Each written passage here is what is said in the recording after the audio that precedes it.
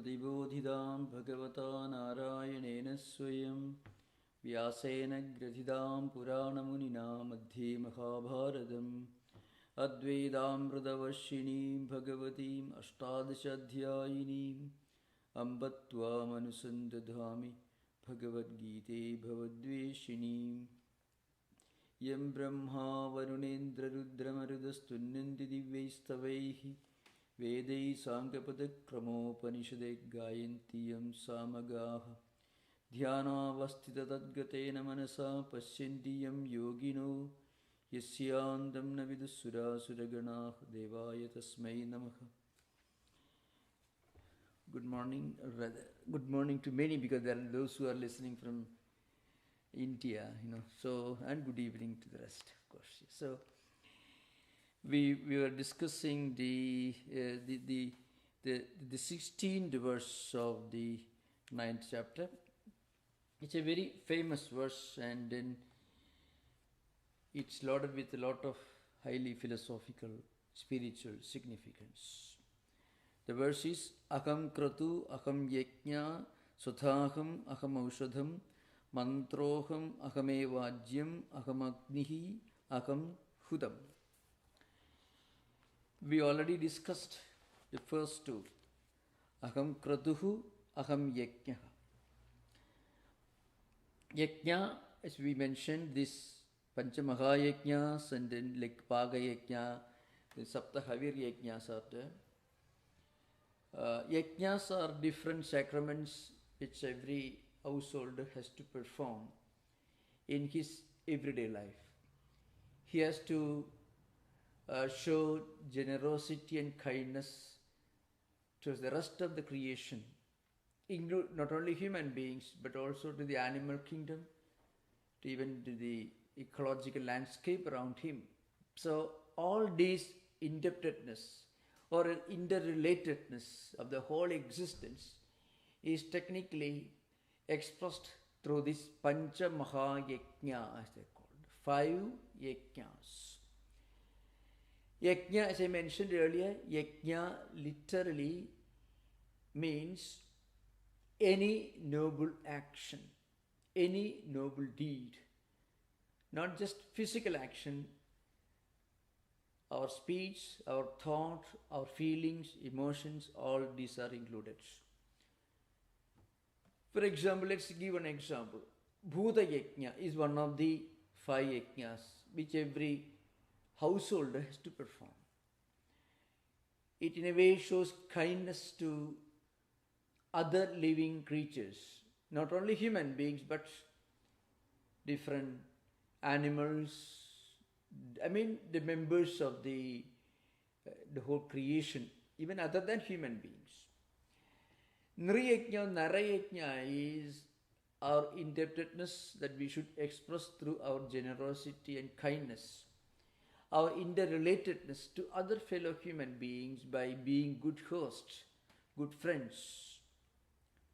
Aditi puja, sometimes, respecting, honoring those who come to our home, not necessarily with previous information. That's why the literal meaning is the guest. The Sanskrit word for guest is aditi. One meaning is the one who visits your home without being invited by you. That's an important thing. So anyone who comes to your home should be treated with generosity and kindness. Another meaning is tithi means the date, the day of the day. Somebody who reaches your home, arrives in your home at your doorstep without informing you on the exact date of his or her arrival. And then there is this indebtedness to our tradition, heritage and culture. The sages and saints and philosophers who have built up this huge treasure house of human civilization. Let's say, take the Western civilization. The great religious teachers and also the philosophers like Socrates, Plato, Aristotle. They all belong to, let us say, sages in the Western context. We should honor them by learning their teachings and by transmitting those teachings to the next generation. It's called Rishi Yajna. And Deva Yajna, by reading the scriptures, revealed scriptures, and teaching others. So there are all these duties and responsibilities, which are called sacraments, which every household has to perform. Of course, sacraments also include certain ceremonies that you perform at the time of the person's birth, even before birth, giving name, the first feeding, then introduction to education. All these are different sacraments which we have already discussed so many times in the past. And then there are these 7 Vedic rituals called sapta-soma-yajna.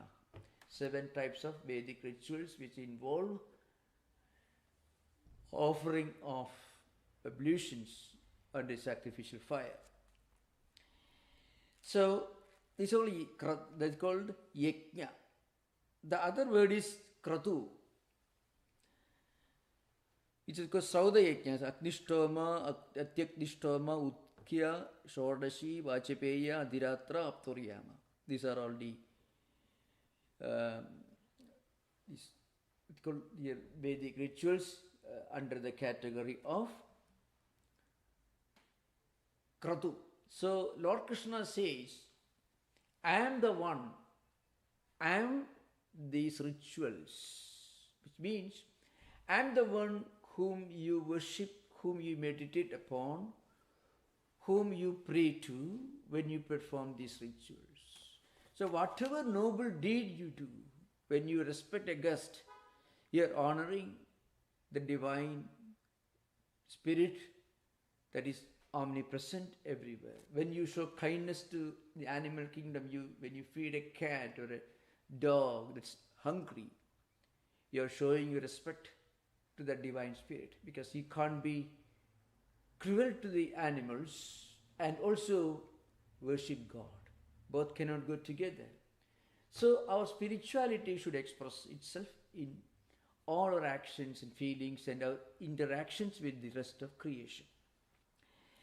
So this is aham kratuhu, aham yajna. Means by being a good human being, by being a good compassionate human beings to the rest of creation, you are actually worshipping the Lord. It is not just a ritualistic worship you do in a place of worship. Rather, by being a good human being, that's the highest act of worship. Aham kratu, aham yajna. Then there are some important sudhaham.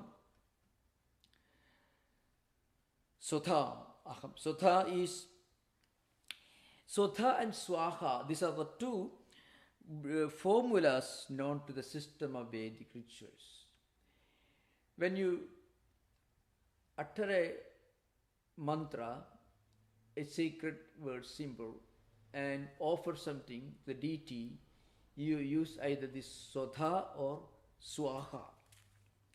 Sudha is frequently used in certain rituals which involve showing our indebtedness to our ancestors. So called Pitra Pujatmago Yajnaha is sometimes called Sudha, the mantra. And then of course when you offer the same offering to a deity, it's called Swaha. Now these are all related to different formal rituals. Now something much more important is mentioned. Aham, I am that, those word symbols, which means by uttering those word symbols with devotion and a sense of sanctity and sacredness, you're actually honoring me. That's the idea. Every activity done with a sense of sanctity and sacredness, with a sense of auspiciousness and inner purity, is a way of worshipping the Lord who is present everywhere. Then there are certain words, aham aushadham. Aushadham is, literally it means an herb, a medicinal plant or anything. Even medicine is called aushadham. Anything that is used for remedying a physical problem, mental problem, any problem can be called aushadham, is a medicine. But here it could also mean that soma lata, it's called soma leaf, soma grass, from which they used to make the soma juice for offering on the sacrificial fire. As we discussed this in the last session, so I won't go into details. Any of you have any doubt, you are most welcome to discuss at the end of this session during the Q&A, question answer session. So, aham kratu, aham yajna, aham svadha, then aham aushadham, then mantroham. Mantra is Vedic mantras, Vedic sacred hymns, verses that you utter with a sense of sanctity and sacredness. The idea is, when let's say Lord Krishna says, I am mantra, I am the hymn, it means by uttering this sacred word symbol, you are honoring me, you are worshipping me, who is not necessarily a human being, but a divine reality present everywhere. So, the sanctity and sacredness and the purity, the pure heart with which you utter this sacred hymn, it invokes within you, it helps you to manifest the divine spirit that is already within you all. In that sense, I am the same. Remember, we should always remember, this is an important thing to remember, otherwise you won't be able to understand these mantras. There is a password in understanding Gita also. So, when Lord Krishna says, I am all the sacred activities, I am all the sacraments, I am all these hymns, the sacred poems that are taken from the Vedas. The meaning is, by doing these sacred activities, performing these sacred rituals, by uttering these sacred hymns, you are actually invoking the presence, my presence within you. And who is that I? Not one anthropomorphic personal identity, but rather the all-pervading divine spirit. You can see this happening when we utter a sacred mantra,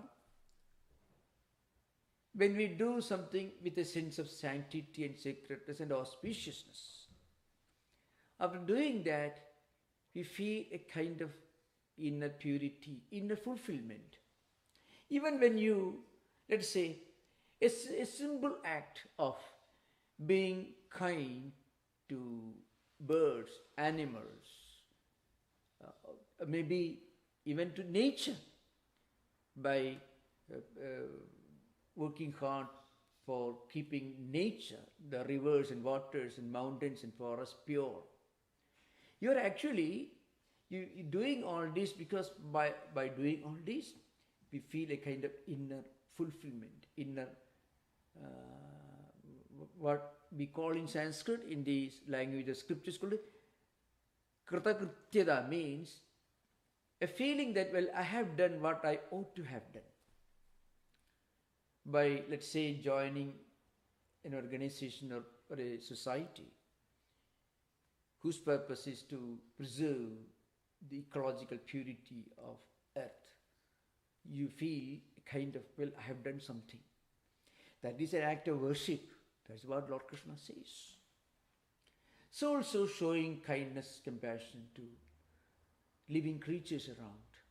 And by being kind to somebody who visits your home, to the extent it is possible for you. By being a good human being, you're actually worshipping, you're actually manifesting the presence of the divine within you. That is the profoundness of these verses. Next one is ahameva ajyam. Ajyam, literally ajyam is, in ancient Vedic rituals, they used to have this sacrificial fire, And they used to pour purified butter, which is sometimes called in English ghee. It's become a common language, common word now, known to English language speakers also. It's kind of clarified butter. That they used to pour on the sacrificial fire. Of course, those who have gone to India, in certain places, witness these events, these big sacrifices which involve pouring the purified butter. They say it helps to purify the air. That I'm not at liberty to pass judgment on this subject. But those of you who are interested in this can read. I would suggest that you read a well-known book by Fritz Stahl, who was a professor at the University of Berkeley, who wrote The Altar Fire, Agni, that's the name of the book, which gives descriptions of some of these Vedic rituals that took place in India in 1974, around that time, maybe a little earlier. And he gives elaborate descriptions of how in the early 70s they recreated the environment that was similar to maybe the Vedic times, that is about 5000 BC. So the ancient Vedic ritual was recreated. It was there, but it was somehow, it had become less popular, and he played an important role in making the mysteries of these ancient Vedic rituals well known to the English-speaking world by writing this book, Agni, the Altar Fire. Fritz Stahl is the name. He's a Dutch scholar who worked in Berkeley. Okay, now this is called Aham Ajyam. Then Aham Agni, I am the fire. So in Vedic rituals, the most important part is this sacrificial fire. And you may imagine, well, what's the meaning of this putting things in the fire with some sacred word symbols, mantras? People may imagine, how can it have any spiritual significance? But one thing you should remember, one mantra that is frequently uttered in many of the rituals, Agnaye idam na mama. This mantra is an integral part of many of the Vedic rituals. Agnaye idam na mama. What it means is, all these belong to the god of fire. It's not mine. So, the commentators who wrote commentaries on these Vedic rituals and on the mantras that were uttered during these Vedic rituals, they say, it is actually an expression of detachment. You live in this world, you enjoy this world, you enjoy the rains, the grain, the food grains, all that the earth gives you, all the minerals, the rivers, everything you enjoy. But you should remember, it is not yours. It belongs to somebody else. It belongs to higher power. So that higher power is characterized as something that consumes everything, Agni. The fire, this fire principle, is an integral part of the ancient Vedic civilization, and also the ancient Zoroastrian civilization, which is the popular religious tradition, spiritual tradition in Iran or Persia till the advent of the Islamic rule, around 8th century, 7th century AD. So this is an important. So Agni, that Agni also, I am the one. I mean the sacrificial fire on which you offer these offerings, that fire also is non-different from me. I am that all-pervading divine principle. Of course, those who want to know more about this can remember the Agni, or the fire, sacrificial fire that is indicated here, is called Treta-Agni. Treta-Agni means 3 types of Agni. On 3 occasions, the fire is invoked in the ancient Vedic households. It's called Akavaniyagni, Garhapatya-Agni, Dakshina-Agni. Certain sacrificial fires were invoked for the purpose of performing daily Vedic rituals. And certain sacrificial fires were kept alive in the households. So there are a few households still in India, which in the southwestern part of India, which preserve this fire for maybe 1600, 1700 years. And then Dakshinagni.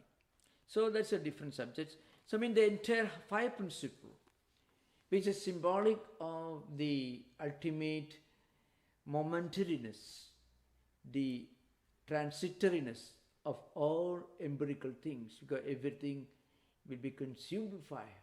I mean the relativity, the momentariness, the transitory nature, the impermanent nature, all the empirical phenomena, all enjoyments that belong to this world. They are there, but they are not eternal. So that idea is often invoked in many of the mantras uttered to invoke the presence of fire in these Vedic rituals. And Lord Krishna says that fire, sacrificial fire also is a symbol of this all-pervading divine reality.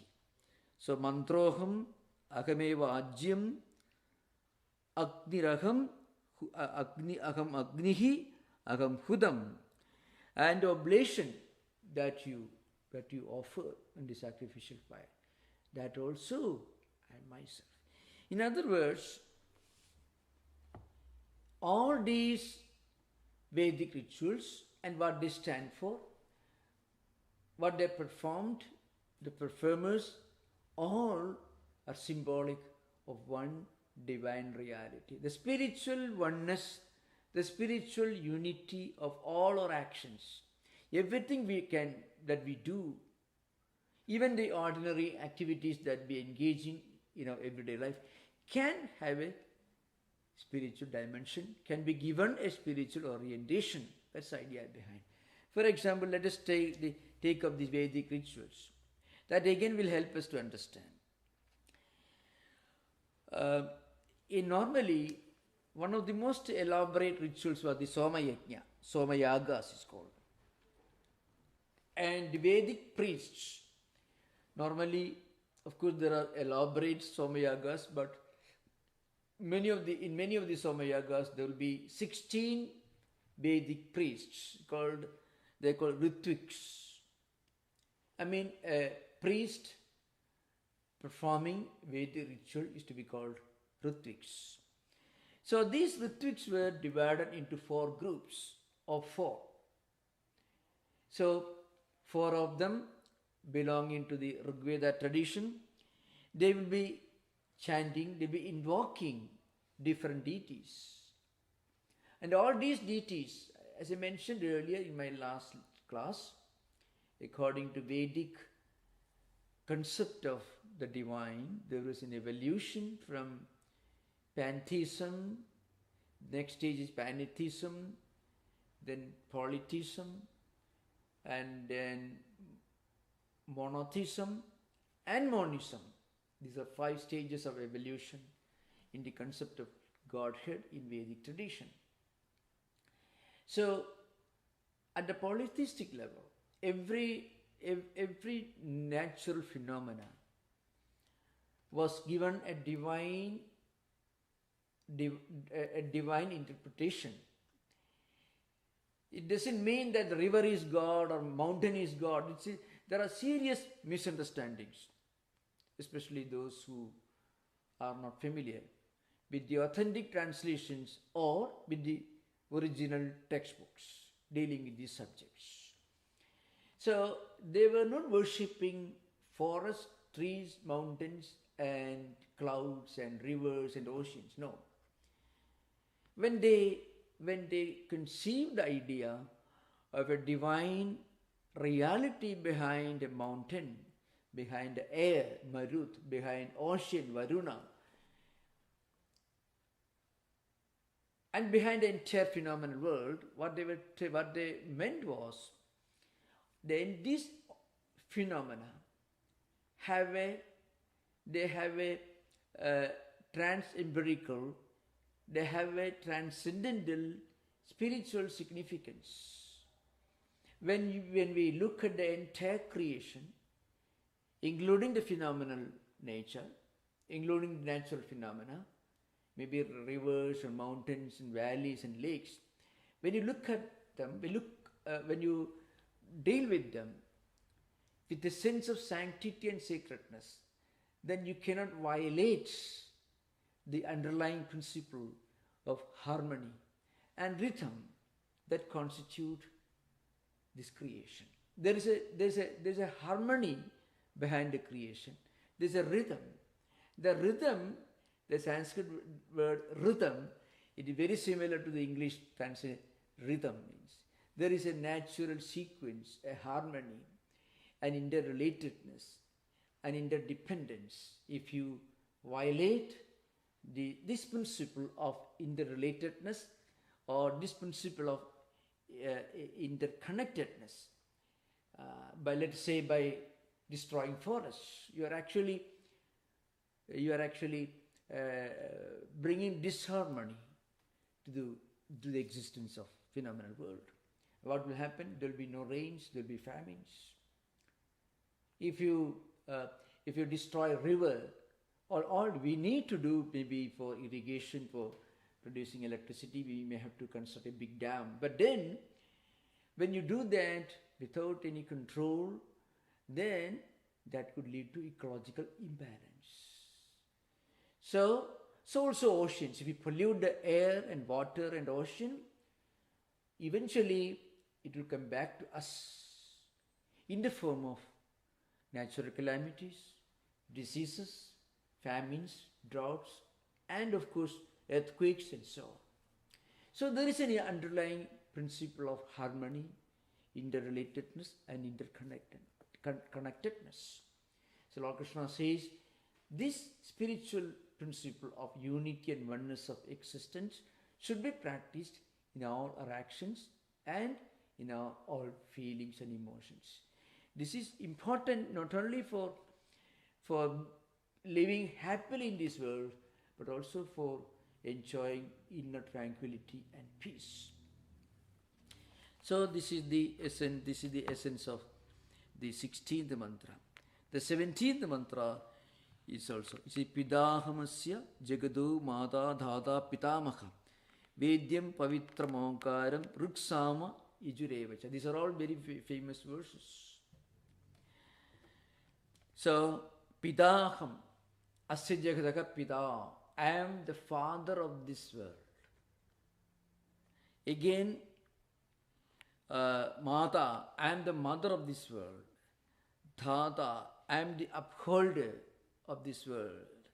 And Pitamaha, I mean the progenitor, the ancestor, the generator of this world. Vedyam Pavitram Omkaram Vriksama Yajurevacha. So, I am the father of this world, I am the mother, the sustainer, the grandfather, Pitamaha, the purifier. The one thing to be known, Vedyam, the one spiritual truth that everyone should strive to realize. And of course the Omkara, we'll explain that in coming verses. And also the four Vedas, Rig Veda, Yajurveda, Samaveda and Atharva Veda. Atharva is not mentioned here, Rig, Sama, Yajur, because Trayi was the word used in ancient times, which indicated Rig Veda, Yajurveda and Samaveda. Atharva Veda is frequently left out. We'll explain that in course of time. So the first word is, I am the father of the world. I mean, father is the one who protects you. So the protecting principle of this basic interrelatedness, the spiritual interconnectedness of the whole creation is the divine principle. And then Mata is the one who sustains, who nourishes you, who sustains you in a much more intimate fashion. That is Mata. And the Dhata, the one who upholds you. And Pitamaha, the generator, and the origin, and the essence, the origin, the ultimate cause of the whole existence. Okay, now what it means is, these are the normal terms that we use in our everyday life. Mata, Pita, Pitamaha and all. I mean father, mother, ancestor. I mean grandfather or maybe great-grandfather or maybe. These are the terms that we use in our everyday conversation in the context of our relationship with our own lineage. Lord Krishna says this divine reality, and he identifies himself with this divine reality. And he says, and it is this divine principle that protects the world, and it is this divine principle that sustains the world. When you sow seeds in a fertile soil, you get crop, you are able to feed your family, your society. That principle, I mean, there is something in it. You sow seed on a fertile soil, and out of that, a crop comes up, develops, and that sustains you, that feeds the society. And there is a problem, somebody is there to protect you. So this happens in nature. But the underlying principle behind this is there is this divine spirit present everywhere, which functions and acts as the protecting principle, the nourishing, the sustaining principle, and also as the upholding principle. Uphold means, let's say, preserving, something which preserves, upholds, supports, which is the foundation of everything. And also the essence, the origin of all this is the divine principle. And then Vedyam, it is that divine reality which is actually within your own being, in your own self. That is Vedyam, to be realized, to be understood. So that is the highest, that should be the ultimate goal of all endeavors, our efforts. We may study other sciences, other knowledge systems, that's fine. But then, once we realize this, it's the ultimate goal of human existence. I mean, the realization of the presence of this divine that is everywhere and also that is within our own being by any of the practices, either Raja Yoga, Karma Yoga, Bhakti Yoga, Jnana Yoga. These are all, we discussed this earlier. By any of these spiritual disciplines, either being a good human being, a good devotee of God, or by doing all your actions with a sense of unselfishness, with no selfish motive, with a sense of generosity, doing everything for the good of others, and also by realizing the underlying spiritual truth behind everything, Jnana Yoga, we can realize this. Vedyam Pavitram Omkaram. So Omkara is mentioned, we discussed this earlier. Omkara is a sound symbol. A, Uma, together constitute Omkara. These three letters, they correspond to all possible human verbalizations. So whatever you utter with open mouth, closed mouth and half closed mouth, these are A, U, Ma, include all these possibilities, which correspond to everything that we can define, which we can use to call and describe everything. So Omkara corresponds to the totality of existence. And Omkara also corresponds to whatever we can know, we are aware of, either in waking state, in dream state, and also deep sleep states, avasthatraya. And that is the reality which is beyond the concepts of time and space and causation. And that Omkara is ultimately the essence of all the four Vedas. Omkara is the subtlest, the most subtle expression that you can use to name that which cannot be named. That's the one symbol that you can use to describe what is actually beyond description. The ultimate reality, according to Vedanta, is something that we experience, something that we cannot really explain. But then there are hundreds of thousands of books, there are hundreds of scriptures in different traditions. They are all trying to explain what is actually beyond explanation. Then why should there be these books? These books help us to direct our mind in the right pursuit. So, the ultimate conclusion of all Vedanta scriptures is, you should know this, but the essence of this you can only be experienced. It cannot be known as an objectified object, knowledge. It is not part of this objectified knowledge. So, those who have got, this has something to do with the basic principles of Advaita hermeneutics, you are most welcome to ask this question. What it means is, Omkara constitutes the essence of all Vedas. All the four Vedas, Rigveda, Yajurveda, Samaveda and Atharvaveda, their attempts to explain what is beyond explanation.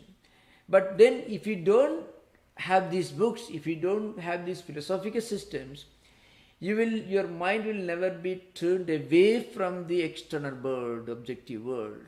So our mind should be intellectually turned towards something higher. For that, these great ideas are important. And the most subtle, the most fundamental word symbol used in Vedanta scriptures is Omkara. Not the letter Omkara, but the sound Omkara is explained here. This we described in the Mandukya Upanishad. There are a number of videos, our own videos on this subject. There is also a Sanskrit Mandukya Upanishad, Bhashya, Anandagiri Tika, Shankaracharya Bhashya classes. And also there are classes on Mandukya Upanishad and Mandukya Karika which deal with this subject elaborately. So this is the essence of the 17th verse. It means, I am the Father, I am the protector, the protecting principle. I am the sustaining principle. And I am the supporting principle, the upholding principle. And I am the essential, the fundamental cause of the whole creation. And the sacred bird symbol is also I. Now, these words will make sense only in the Advaitic sense. This should be understood very clearly. Which means, we may begin our spiritual journey by believing in an anthropomorphic creator God. That is wonderful. And then we should develop the habit of reading scriptures like Vedas related to these deities, these ideas of gods and goddesses and so on, because that will help us to turn our mind away from the objective world, turn to something higher and something nobler. But as we evolve in our spiritual journey, our idea of the ultimate reality also will change and will grow and evolve. And as our idea of the ultimate reality, our idea of God also will change. That's an important thing. As we grow in our own spiritual life, as we move forward in our own spiritual journey, simultaneously our idea of God also will evolve. A beginner in spiritual life may think, well, my God is in good terms with me, and I have to do a certain rituals to propitiate that God. Wonderful, no doubt about it, is great. But then Vedanta tells you, you can still and you should still go forward. As you evolve further, you understand this These rituals are important, but they are only for the beginners. They are like primary schools, and you should go beyond that. And when we reach a higher level of spiritual evolution, then we realize that the ultimate idea of God is one divine principle that is present everywhere. And we can manifest that divine principle, which is not only present everywhere, but is also present within us. We can manifest this by being essentially a good human being. And there are different ways of becoming a good, ideal, spiritual human being that's described in the early chapters. Karma Yoga, Bhakti Yoga. Bhakti Yoga is coming in, of course, the 12th chapter. But Jnana Yoga and Karma Yoga were already discussed in the preceding chapters. So thank you. So the next one is Gadit Bharta Prabhu Sakshi Nivasa Sharanam Suhrit Prabhava Pralayasthanam Nidhanam Bijam Avvayam. And the goal, the ultimate goal of every human being is to realize the reality of this all-pervading, this omnipresent, and this immanent, and this transcendental spiritual reality. That is the ultimate goal. That is, in the language of Vedanta, it is called Jiva Brahmaikyam. I mean, the realization of the spiritual oneness and unity of existence. So that is Gati. Gati means ultimate goal. Bharta, the supporter, the one who guides you. See, when we make our own spiritual journey, when we practice our own spiritual disciplines, what helps us to go forward is this divine present in all of us. And then I'm Prabhu, the Lord, Sakshi, the witness. Nivasa Sharanam Sukrit. Nivasa means the abode, the residing place. Sharanam, the refuge, the friend. Sukrit, the origin. Prabhava, origin. Pralayasthanam, I mean the solution, the substratum. Sthanam, Nidhanam, Avvayam, the storehouse and the seed immutable. So all these terms we will explain in the coming verses. The ultimate reality cannot be explained. But when you read these books, our mind is turned away towards something higher and ennobling. And that's the real purpose of a great scripture. Vedanta tells you a scripture doesn't take you to God. You know, a book doesn't contain God. If you tell that this book is God, then actually I am limiting the omnipresent reality into a book which contains about 1,300 pages. It is a greatest blasphemy if you say this book exhausts the wisdom of God. Even there are many academics who know more than what this book contains. So if you tell me that God knows less than many academics, I don't think he will consider it a compliment by any stretch of imagination. The point is, all books only point your finger towards something. Suppose you have you're walking in the street, maybe in the evening, and there is a moon on the sky, and your grandson is there with you. The grandson, where is the moon? If the grandson asks you, where is the moon? You point your finger towards the moon. Now, that finger helps the child to direct his imagination and also his eyes, his focus towards the moon, which is maybe hundreds of thousands of miles away.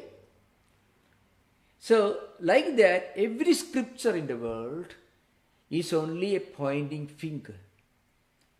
It doesn't touch the reality, but it certainly helps you to give a direction to your mind and intellect in the proper direction, in the proper fashion. That's the real purpose of all great scriptures. That's the uniqueness of Vedanta. So Shankaracharya says, Anubhava avasanatvad bhudavastu vishetvaja brahma vijnanasya. The ultimate purpose of spiritual journey is to experience this. And then he says, Srutya yuktya swanubhutya. He says, you read the scriptures. Great, wonderful.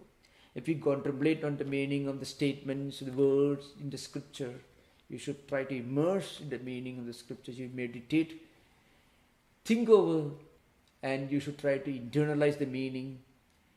That's fine. Using your own intelligence, your own reasoning power, that is yukti, reasoning power. But you don't stop there. That is also the finger that is pointed towards the moon in the sky, on the sky.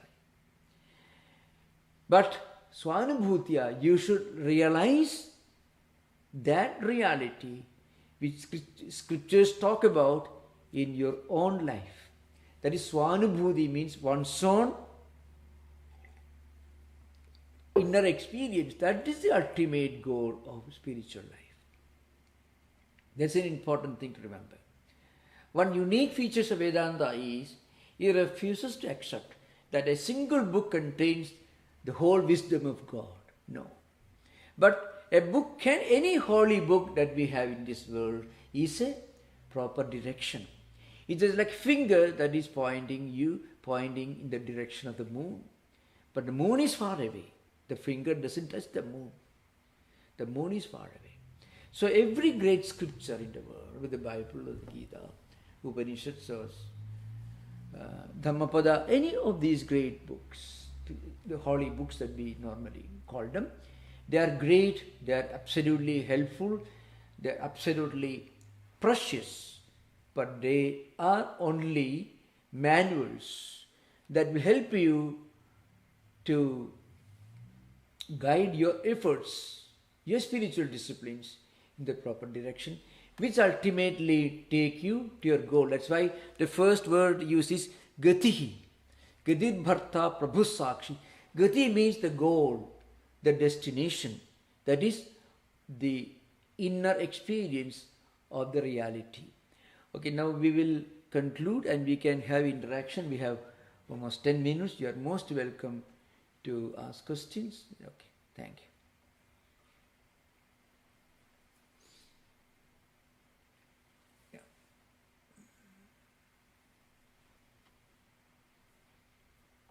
Thank you, Maharaj. Thank you. I think I'm going to jump in first if you can hear me through this little microphone. Yeah, most welcome, yeah. Thank you. There was so much inspiring eloquence in this particular class.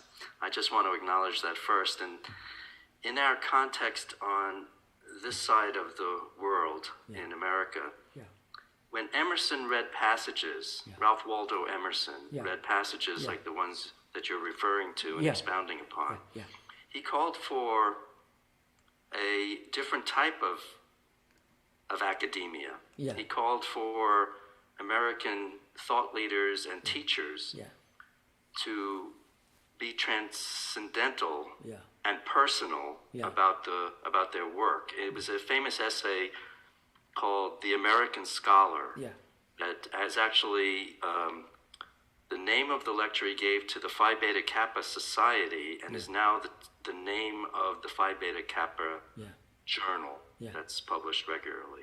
That's how famous the essay became. Of course, his attitude about this became very controversial. But I think that these ideas are worthy of revival in today's teaching. Because the way that you put it, you know, the beauty of worship is not that different from the beauty of scholarly inquiry and intellectual inquiry of all types. So why not be honest about it? It's really the same thing. Absolutely. When you read a great book that takes you away from the crudeness of objective, worldly things, that book actually becomes an act of worship. That book becomes a temple, actually. A temple or a church is a place where you go to meditate, to think of something higher and transcendental. Emerson's book becomes a temple when it actually plays the role of a church or a temple. It takes you beyond and away from the empirical things that we normally consider to be the only things to be worried about. And in fact, in that respect, Emerson, Thoreau, these are all great examples in America. I think, unfortunately, what happened in later centuries, like the First World War, then Second World War, and then Depression, and then what happened during the post-Second World War period, all these took the emphasis, the focus away. Surprisingly, if these things had not happened, maybe America would have become a great leader in spiritual philosophy as well. So this the worship of the machines, the worship of the dollar would have gone side by side. I mean the reincarnation of Socrates and Plato, through Emerson and Thoreau and Whitman, it happened.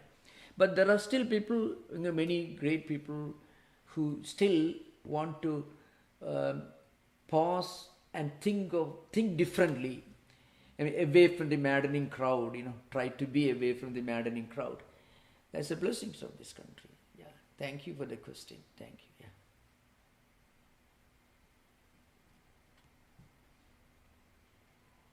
Swami, I see a hand up from here now. Yeah.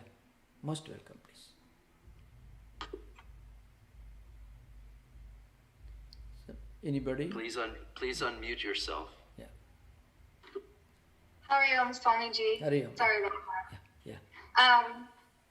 I appreciated the chat tonight too about altruism and the 5 yajnas. Yeah. I had a question about soma juice in particular. You had mentioned it earlier, and I know it's mentioned in the Rig Veda with Lord Indra.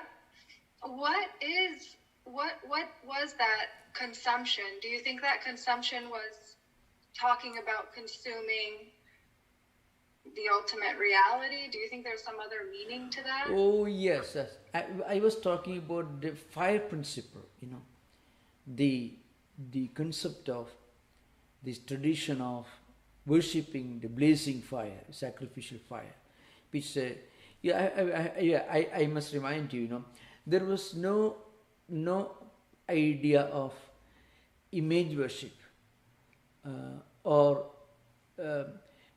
worshipping in temples during the Vedic times.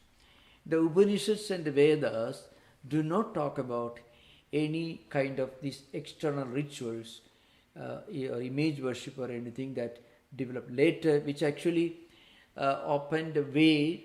It's actually, there are different directions eventually leading to the realization of Upanishadic philosophy. But the Upanishads themselves do not mention that. So, the fire principle is a symbol of the momentariness, the impermanence of everything that you find in the objective world. So the fire consumes everything. So the idea of looking upon fire, Agni Jagat Bhakshaka, the one who eats the whole world, is the one mantra uses this word. Fire is called the eater of the world. That means everything in this world, in the external world, in the physical world, in the material world, is bound to disappear. They are non-eternal. They are not everlasting. So that spiritual truth is brought home when you offer this clarified butter on the fire. So food was offered, cooked food was offered, yogurt in Indian, the Indian yogurt, so to speak, the tea used to be called yogurt, used to be offered, milk used to be offered, different grains used to be offered. So the offering is a symbolic of one fundamental principle. Agni idam na mama. All these belong to Agni. Agni means the fire principle. It's not mine. So the realization of the momentariness, the impermanence of everything, and again a sense of renunciation. You may live in this world, everything, but then you should understand all that you consume, all that you enjoy are non-eternal, they are only transitory. That idea is brought home. And when you realize this truth, then you look for something transcendental, something which is eternal, which is immortal. And that inquiry takes a person to Upanishadic philosophy. So, what we discussed just now, mostly they deal with the Samhita, Brahmana, Aranyaka portion, mostly Samhita portions of the Vedas, which deal with rituals, different performance of external rituals, etc. So, once you perform all this with a sense of sanctity and sacredness, then you will realize there is something beyond that. I can give an example. Suppose a rich person piles up billions of dollars with hard work, his own efficiency, by doing business, through proper means he has acquired lots of money, millions of dollars, let's say. And finally, suppose he devotes all this for a great purpose, you can imagine. Let's say some grand purpose. It's something like that. You make all this with so much of effort, then finally you use this for some higher purpose, not for his own selfish purpose. So, all these you offer in the sacrificial fire, uttering, this is not mine, it is yours. So then it becomes a yajna. You know the definition of yajna in the Katyayana Sutta Vyakhya is yajno vai seshtatamam karma. Karma means action. Seshtatamam means most sublime, most wonderful, most elevating action. That is yajna. So when does an action become sublime? When you do it with all sincerity, but then you do it total detachment. Then that action becomes sublime. A businessman piling up money, but suppose he has in his mind, I want to donate this, let's say, for some great grand purpose. It is a yajna. So that's an important thing. So that's the spiritual significance of this definition is very profound in the Katyayana Sutra Vyakhya. Means yajno vai seshtatamam karma. An action becomes yajna, the noble deed, when it is done with a noble purpose, without a selfish motive, with a sense of detachment. So any person in any profession, any walk of life can practice yajna. So that's why the idea of the divine is taken beyond the world of rituals, the world of places of worship, is brought into the context of our own daily life. Eating food, Brahmarpanam. We read this earlier, the famous verse, Brahmarpanam, Brahmagavir, that we uttered. That idea is repeated in this 16th verse, Aham Kratu, Raham Yajna, etc. We discussed earlier. Thank you, Swami. Thank you. So, if you don't have any further question, I have some very important announcement today. I shall read out the announcements. It's very important. Beginning from the next Friday evening, that is October 22nd onwards, we will once again hold in person scripture classes at the old temple. So these Bhagavad Gita classes will be held as in-person sessions from October 22nd onwards. Friday, October 22nd onwards. These Bhagavad Gita classes on Friday evenings at 7:30 will be held as in-person sessions. Now, at the same time, you should remember these classes will also be broadcast on YouTube simultaneously. So, Those who are listening from far off places, from other countries, other states, the United States, not far away from here, can always attend these classes.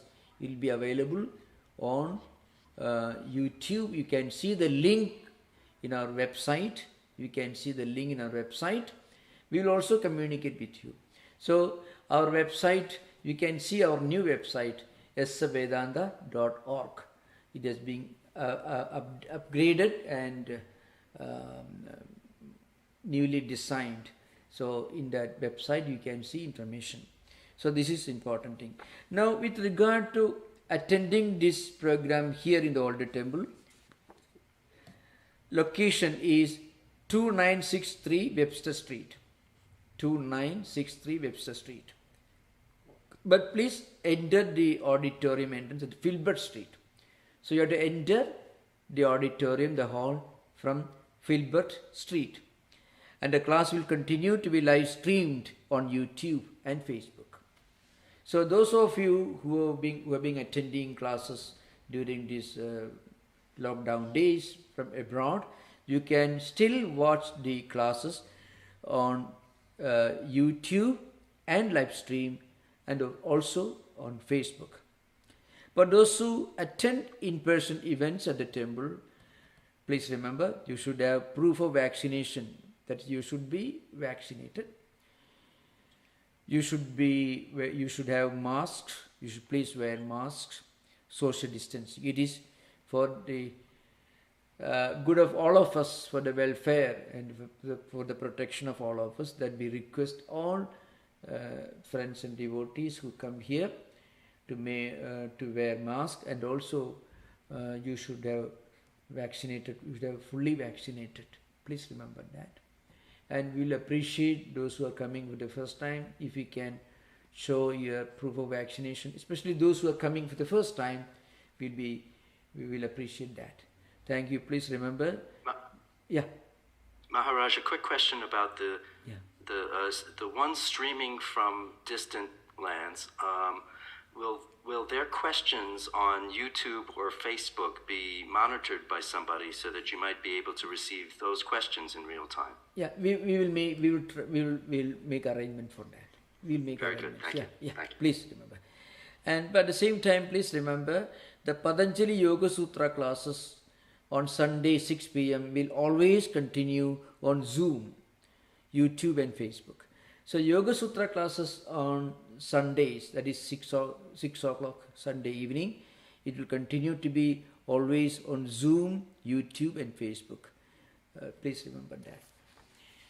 And then another thing, so most of you must have already known that we'll be reopening on next Sunday, that is 17th October, we'll be reopening.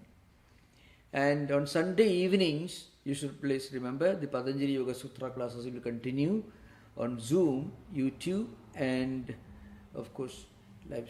YouTube and Zoom will do, of course, I think.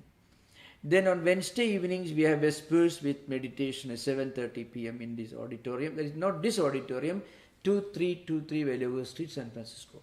So please remember, on Wednesday evenings every week, we have Vespers with meditation at 7:30 p.m. in the new temple, that is 2323 Vedic Street, San Francisco. Okay, so please remember, you should remember that you should enter the hall in the Older Temple from Filbert Street. And the address, those of you coming for the first time, please remember 2963 is the address, Webster Street, 2963 Webster Street. But you should enter the auditorium from Filbert Street. So please remember this 6 feet social distancing and mask, and you should be fully vaccinated. This is the protection, for the protection of all of us. So thank you. Namaskar. Om Shanti Shanti Shanti Harihi Om Tat Sat. Sri Rama Krishna Pranamastu.